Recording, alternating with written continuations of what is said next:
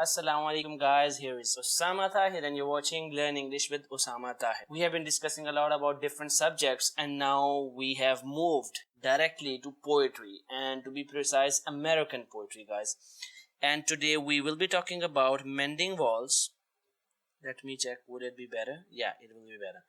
Okay, I have missed screen recording a lot. Did you? Okay. Students, today we will be talking about Mending Walls, a poem that was written by Robert Frost. And let's move forward to the background of poem. Basically, it was written in blank verse, means no rhyme. There are no rhyming pattern, and lines were not divided into stanzas, right? It was blank verse, and even lines were not divided into stanzas yet. Here we will divide them to make it easier for you. Yet I have divided them in different, you can say, into different stanzas, so that it will be easier for us to learn it, right? So blank verse means there's no rhyming, but there is iambic pentameter is there. Okay, let's begin our learning. Mending walls, as it is cleared with the name that wall. Mending means repair. It means a wall has to be repaired, something like that. Okay, it was written by Robert Frost, a famous American poet, and this poet was pretty famous for writing nature poetry, right? He often write about nature, and his poetry depicts nature very beautifully, and about rural setting, not the urban one, but the rural setting, village life, countrysides and all that. And it was published in 1914. So at that time, just imagine, there was no scientific revolution, industrial revolution, and things were not that different like we are having here in this 21st century. Things were quite different. So you can see the picture over here. We don't need to fixing it. There are two neighbors and they're just having that wall which is of no use. Like, they are neighbors and they can stay without it. So one of the neighbor has the view that we don't need to keep fixing it, we just need to remove it. Another is just thinking. So this is like the background of that mending walls. So mending walls is about the wall dividing two farmers' property. So it is just the imaginary picture, but basically there are two farmers and their property is divided with a wall which needs to be repaired every year, right? Sorry, I mostly do that. Every year. Hence, one neighbor says to another about the wall, the need of such wall, that why do we need it? Another neighbor claims good walls makes good neighbors. So one neighbor is of the view that we have no need of such type of wall. Why do we need it, right? Another one is saying no, good walls makes good neighbor. There should be individuality, personality, and there should be a division. On the other hand, first neighbor as well as narrator. First neighbor is the narrator of the poem, is the speaker of the poem, says we need no wall, as nature is also don't want us to divide like that, because every year nature has some role in damaging the wall. So I think that this is a sign of nature that we shouldn't have it. So this is how it works. This is the overall summary, that one neighbor thinks we don't need it, and another neighbor thinks no, good walls makes good neighbor. So it's a very you can say interesting poem, and you're going to love it. It's fun plus learning. So let's begin from the line 1 to 4. Something there is that doesn't love a wall. Line starts from something. There is something, there is someone that doesn't love a wall, that doesn't need the need of the wall, that doesn't love the wall to be there, that sends the frozen ground swell under it and spills the upper boulders. Boulders mean these small rocks, you can say boulders. Okay, and makes gaps even two can pass abreast.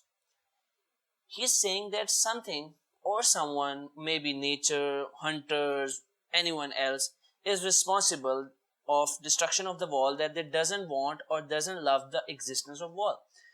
And he also says that in winter there is ice, and with the summertime, like in the sun, ice expands and it becomes the reason of the disturbance of the wall, and upper rocks fell down to the ground and the gaps comes. Okay, there are gaps after that, so two person at the same time can pass from there. It means no more use of the wall.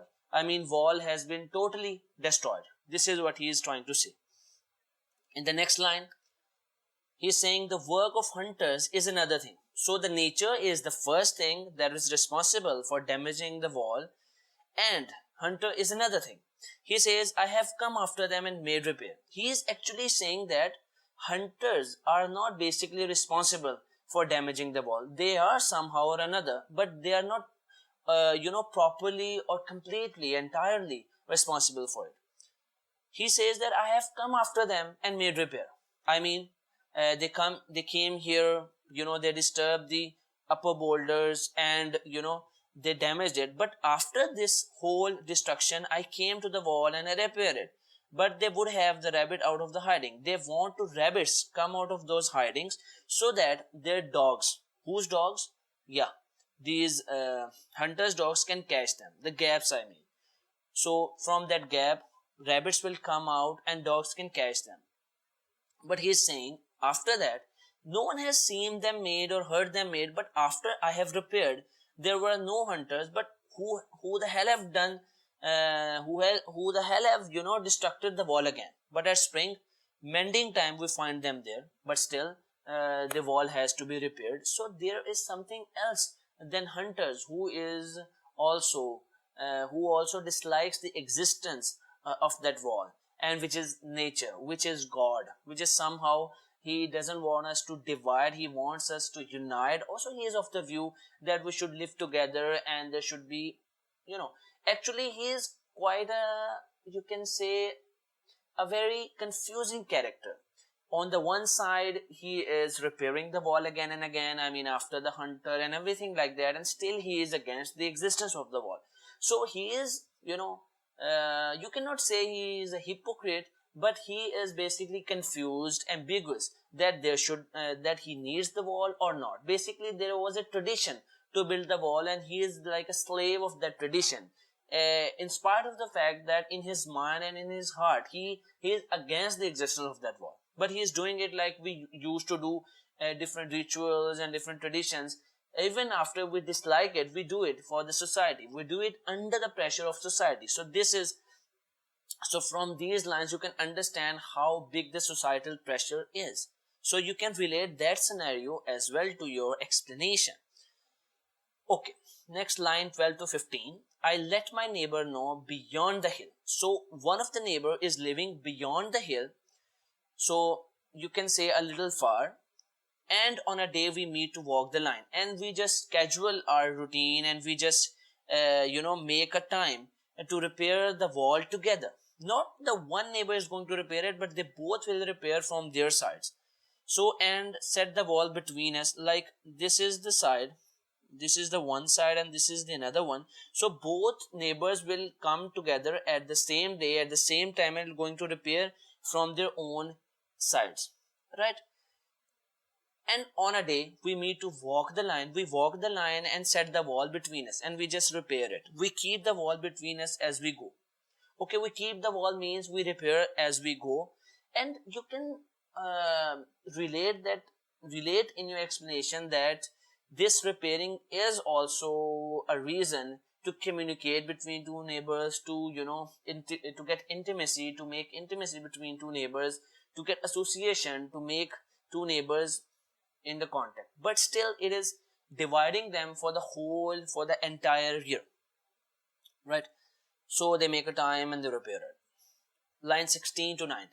To each the boulder that have fallen to each. I mean, I told you these are the boulders, and they from the top they fell down, okay, and wall is damaged. So to each the boulder that have fallen to each, and some are loose and some so nearly balls. What does it mean? It means that these boulders are not of the same size. Some are very small, like you can see here.